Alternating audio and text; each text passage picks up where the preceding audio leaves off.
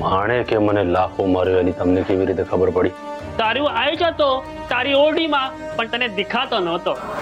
શું? હા, અને જ્યાં સુધી નરસિંહના મોઢે એવું ભજન નહીં સાંભળું ને ત્યાં સુધી તારો પીછો નથી છોડવાનો.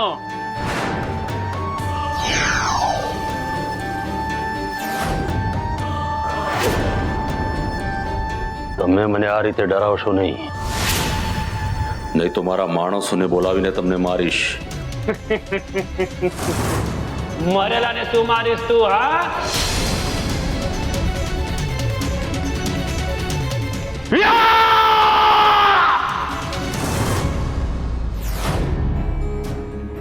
મહાદેવ હર પ્રભુ.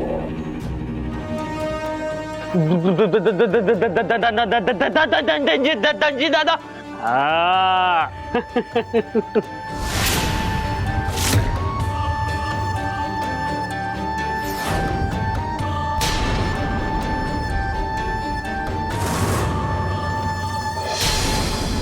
અલા, આ તો વાત કરવા પણ ના રહ્યો, બેભાન થઈ ગયો. ભાનમાં આવી જજે. હા, હજી તને બહુ જીવવાનું છે, ઠીક છે?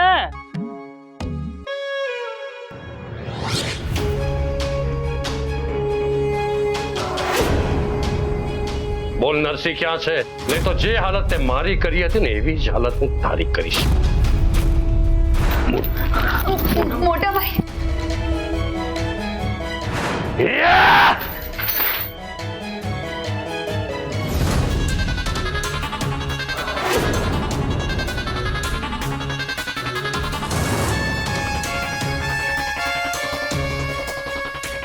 ધનજી દાદા, હું તમને સાષ્ટાંગ દંડવત પ્રણામ કરું છું. મને માફ કરો. તમે ભૂતકાળમાં મારી સાથે જે કાંઈ પણ કર્યું એની માફી ના માંગશો.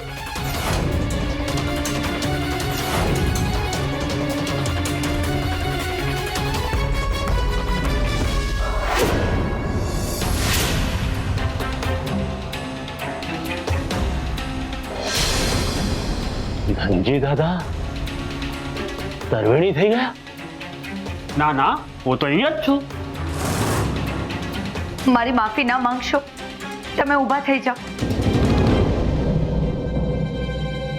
એક તો આનો ભ્રમ કેવી રીતે દૂર કરું? તને એવો ભ્રમ છે કે હું તારી માફી માંગુ છું. એટલું યાદ રાખજે, હું તારી માફી જીવનમાં ક્યારેય માંગવાનો નથી, સમજી? ભલે નહીં માંગતા મારી માફી, મેં તમને માફ કરી દીધા. તું મને માફ કરવા વાળી કોણ? તારી એટલી લાયકાત છે કે તું પૂજ્યશ્રીને માફ કરીશ? હા, ભલે ભલે, કાંઈ નથી બોલતી. બસ આ તારા કર્મનું જ ફળ છે પૂજ્યશ્રી. તે તરવણીને હેરાન કરી હતી ને, એટલે અનાયાસ જ તને એની માફી માંગવી પડે છે. હું તને ભજનની કડી કહીને ગયો હતો, એને યાદ કરી?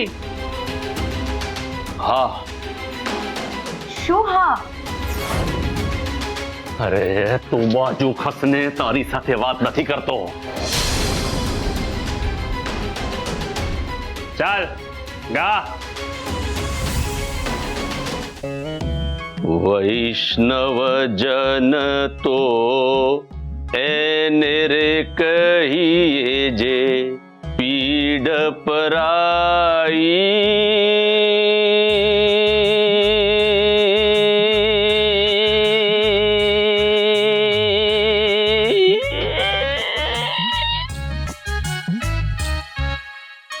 જાણે રે. તમે ભજન ગાઓ છો? તમે મારી માફી માંગી અને હવે ભજન ગાઓ છો? તમારામાં આવેલું આ પરિવર્તન મને બહુ જ ગમ્યું. આ ધનજી દાદાના લીધે આનો આત્મવિશ્વાસ વધતો જ જાય છે. બરોબર ગાયું ને? નરસિંહ જેવી મજા નહીં આવે. તો હું શું કરું? કોની સાથે વાત કરો છો તમે? અરે આ ધનજી દાદા, આ ધનજી દાદા ઉભા છે, નથી દેખાતું? તમે શું બોલી રહ્યા છો? ધનજી દાદા ક્યાંથી અહીંયા આવે? ધનજી દાદાને તો શ્રવણભાઈએ પોતે જ એમના હાથેથી અગ્નિદાહ આપ્યો છે. નરસિંહભાઈ સાથે ઘટેલી ઘટનાથી તમને ભ્રમ થવા લાગ્યો છે.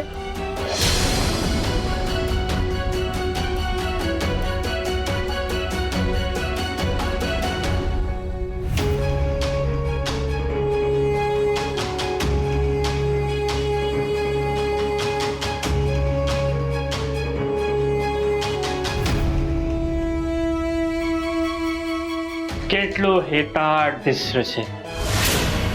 પત્ની હેતથી માથું દબાવે તે સારું લાગે, પગ દબાવતી સારી નહીં લાગે. આદર અને માન એ એક સ્ત્રીનો હક છે.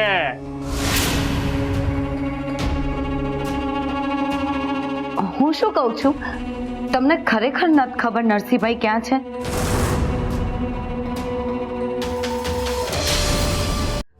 હું તને સંસ્કૃતમાં કહું, અહમ ન જાનામી. માણેકબેનની દશા મારાથી નથી જોવાતી. ભલે તમને ના ખબર હોય, પણ તમે એમને શોધી લાવો. હા હા, નરસિંહને શોધીને લાવ. તારે એક બે પાપ તો ઓછા થઈ જશે અને મને નરસિંહનું ભજન સાંભળવા મળી જશે.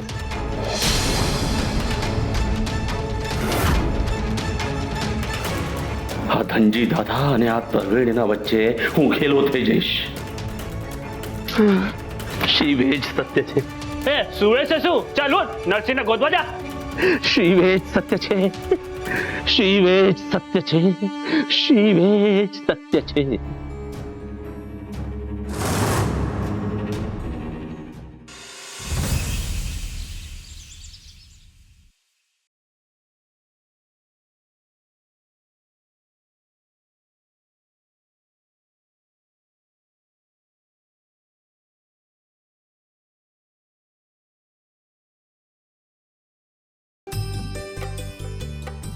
હરિને યાદ કર્યા ને હરિ હાજર.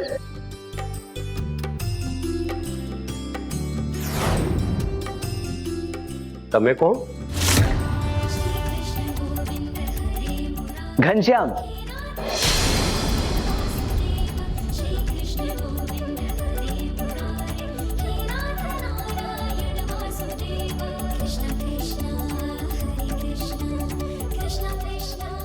ચિંતા ના કરશો, દીવો અખંડ રહેશે.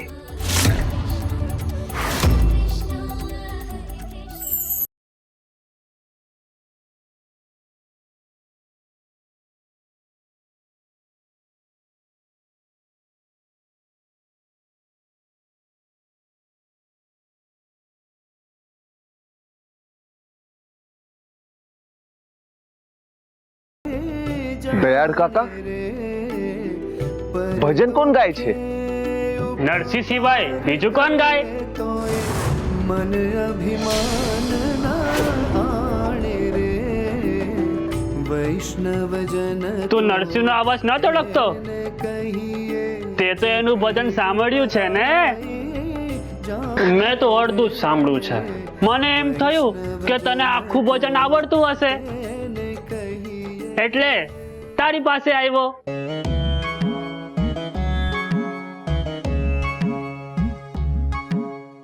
જો હવે નરસિંહનું ભજન બંધ થઈ ગયું ને, હે ને? હા, બંધ થઈ ગયું, બંધ થઈ ગયું. તો હાલ ભજન ગા. મને નથી આવડતું ધનજી દાદા. એટલે એ ડફોડ, ધનજી દાદા તો ક્યારના ગુજરી ગયા.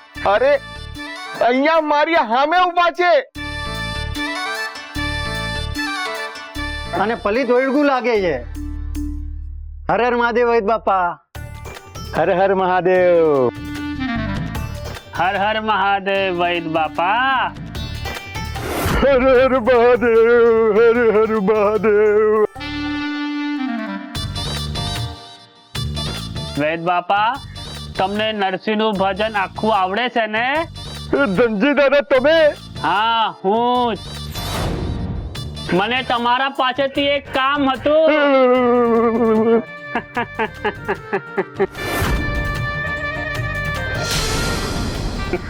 વૈદ બાપા, તમે બધાએ મળીને નરસિંહને ફસાવવામાં કઈ ના કઈક રીતે શિવાની મદદ કરી છે, તો તમને બધાને તમારા કર્મોના ફળ મળશે. હા.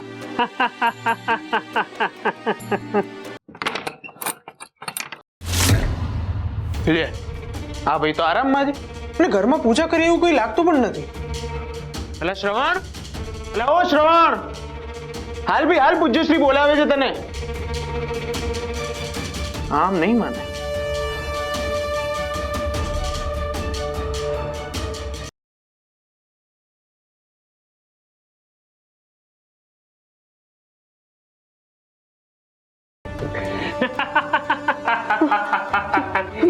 ધનજી દાદા,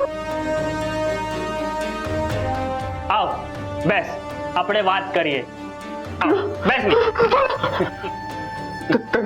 ધનજી દાદા, મારો હાથ છોડો, હાથ છોડો મારો. ધનજી હોતું હશે, આપણે તો આખો દિવસ અને આખી રાત વાત કરશું. હા. હાથ છોડો.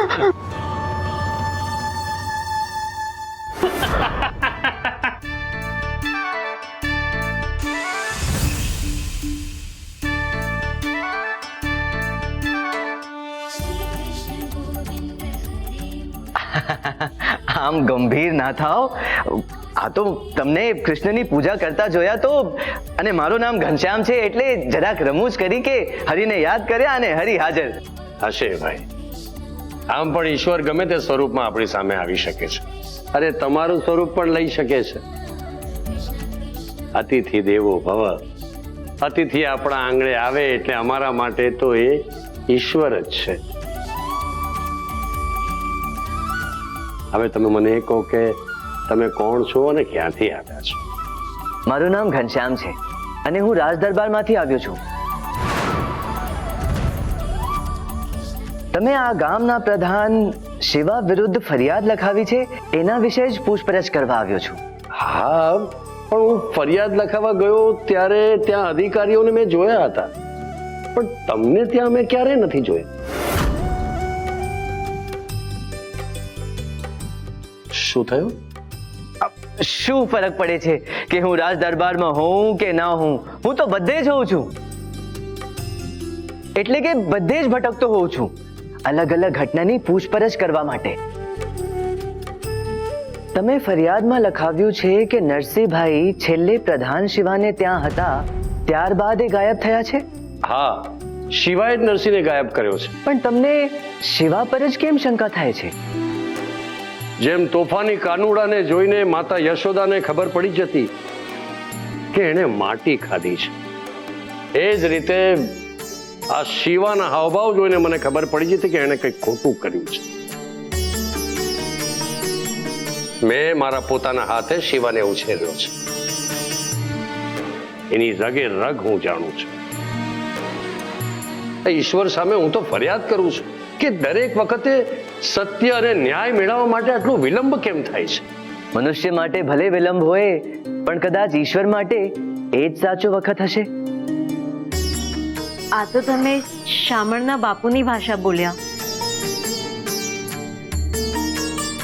જેવો ભક્ત તેવો ભગવાન. એટલે તમે પોતાની જાતને ભગવાન માનો છો? શું વાત કરો છો? હું અને ભગવાન? જો કે આમ જોવા જઈએ તો આપણા બધામાં ઈશ્વર વસે જ છે. એ પણ આવું જ બોલે છે કે આપણા બધામાં હરિનો વાસ છે. અરે વાહ, શું બોલ્યા તમે? ઓહો, તો મને શામળના બાપુને મળવું જ પડશે.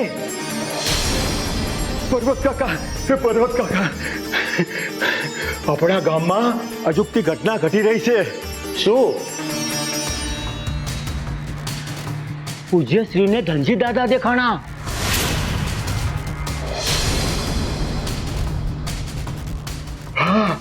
આખા ગામ ના દેખાણા, મને દેખાણા, ઓલા ધમાને દેખાણા. ધનજી દાદા એટલે ઓલા ને જે નરસિંહભાઈના ખભે બેસીને આખો વગડો પાર કરીને જૂનાગઢ આવ્યા હતા.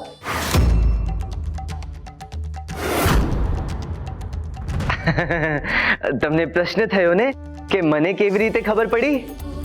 ધનજી દાદાનું અવસાન થયું ત્યારે એમનું મૃત્યુ કેવી રીતે થયું એની તપાસ રાજવૈદ્ય કરી, એટલે એમની પાસેથી મને બધી જાણકારી મળી છે. પણ ભાઈ, આ ધનજી દાદા તો ચાલી નહોતા શકતા ને? તો કોના ખભા પર બેઠેલા દેખાયા? અરે શું ભલા માણા, ધનજી દાદા ભટકતી આત્મા છે. આત્માને ચાલવામાં તકલીફ થતી છે, એ ચાલી થોડી શકવાના છે. હા હા હા, એ વાત પણ બરોબર. પણ ધનજી દાદા અત્યારે ક્યાં હશે? પૂજ્ય શ્રીની ડેલીએ શ્રીનું મંદિર છે ને, ત્યાં મને દેખાણા, તમાને આંગણામાં દેખાણા. હા, એટલે બ્રહ્મ અને સત્ય એક જ સ્થાને છે એમ ને? હાલો હાલો, મારે એમને જોવા છે. જોઉં તો ખરો. સ્વર્ગે સીધાવેલા માણસ નીચે ધરતી પર આવે તો કેવા દેખાય છે? હાલો હાલો હાલો હાલો હાલો.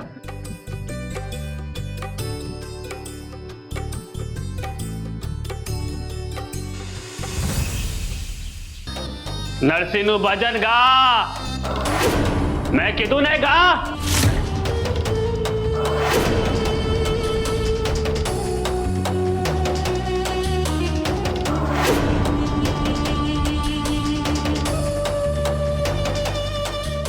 ગા ભજન ગા, નહીં તો શ્રવણ સમજીને ધીબેડી નાખીશ. તમે શ્રવણને બહુ મારતા હતા. હા, એને તો ઉલટો લટકાવીને મારતો હતો. તારા પણ એ જ હાલ કરીશ અને તું મારું કઈ નહીં બગાડી શકે. હાલ હવે ભજન ગા. વૈષ્ણવ જન તો એને રે કહીએ જે પીડ પરાઈ જાણે રે. બસ મને આટલું જ આવડે છે. આખું ભજન તો નરસિંહને આવડે છે. તો પછી નરસિંહભાઈ છે ક્યાં?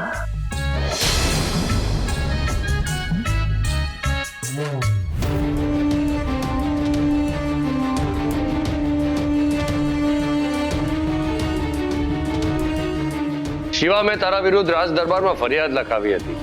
એના માટે આ ભાઈ આવ્યા છે.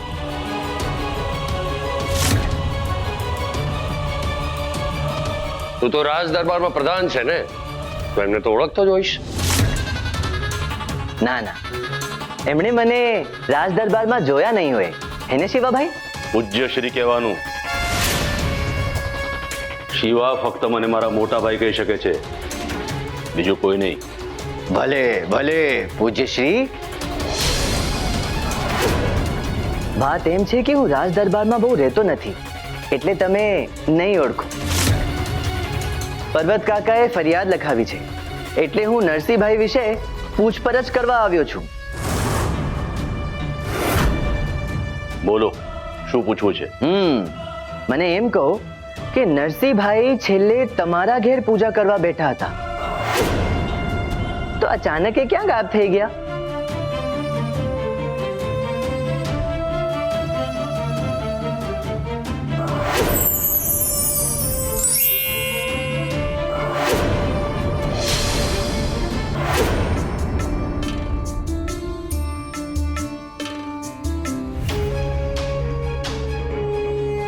શિવા, બોલ. હું કહું છું એમ બોલ. નરસિંહ ગાયબ નથી થયો, અહીંયા જ છે. નરસિંહ ગાયબ નથી થયો, અહીંયા જ છે.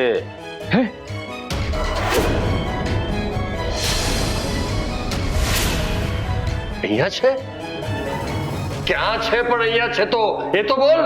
હા બોલો ને, ક્યાં છે?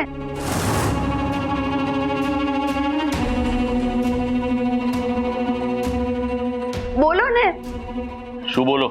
અરે હમણાં તો તમે કીધું કે નરસિંહભાઈ ગાયબ નથી થયા, અહીંયા જ છે. અરે આ જવાબ મેં નથી આપ્યો. આ જવાબ ધનજી દાદા મારી પાસેથી બોલાવડાવે છે. ધનજી દાદા? અરે બાપરે, ધનજી દાદા! જો તમે ધનજી દાદાની વાત કરીને વાતને આડે પાટે નહીં લઈ જશો. હા, હું રાજ દરબારમાં પ્રધાન છું, મારી સાથે આવી રીતે વાત નહીં કરવાની. ક્ષમા પૂજ્યશ્રી, ક્ષમા. એ તો હું સામાન્ય લોકોની પણ પૂછપરછ કરું છું ને, એટલે આવી રીતે વાત કરવાની આદત પડી ગઈ છે. સામાન્ય લોકોમાં ને મારામાં કઈ ફરક છે કે નહીં? શિવ એ જ સત્ય છે. હા બરોબર છે, તમને તો આદરપૂર્વક પૂછવું જોઈએ. તો મને કહો પૂજ્યશ્રી મહારાજ, નરસિંહભાઈ પૂજા કરતા હતા ત્યારે તમે ભાનમાં હતા કે નહીં?